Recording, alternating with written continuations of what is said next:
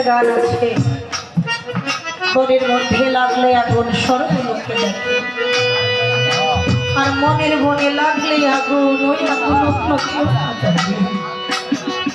রাজা যে মুর্শিদকে ভালোবাসে না সে কোনোদিন ভালোবাসার মন যে সন্তান পিতা মাতাকে ভালোবাসে না সেই সন্তান পিতা মাতার ভালোবাসার মন।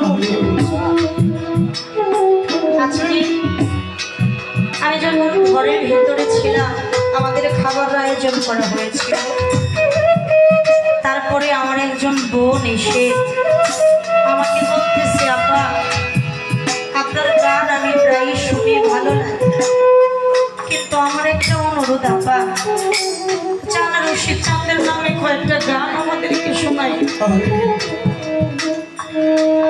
আমি কথাটা একটু চিন্তা করে দেখলাম, যে যারে ভালোবাসে সে তার ভালোবাসে।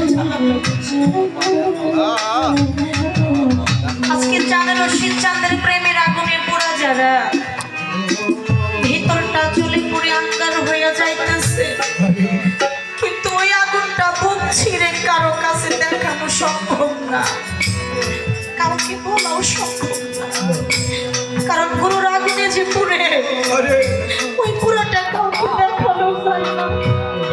ওই আগুনে নিজেই শুধু পুড়ে নিজেই জ্বলে পুড়ে আঙ্গার হয়ে যায়। তাই সখীরা রাধেকে জিজ্ঞেস করেছিল, রাধে সবাই তুমি কৃষ্ণ কৃষ্ণ করো, রাধে তোমার কৃষ্ণ দেখতে কি? রাধে দুটি চোখের পানি ছেড়ে দিয়ে বলেছিল, সখী রে আমার কৃষ্ণ যে কিরকম তা বলে বুঝাই কিভাবে, যার মন যেই রকম আমার কৃষ্ণ ঠিক তেমনি।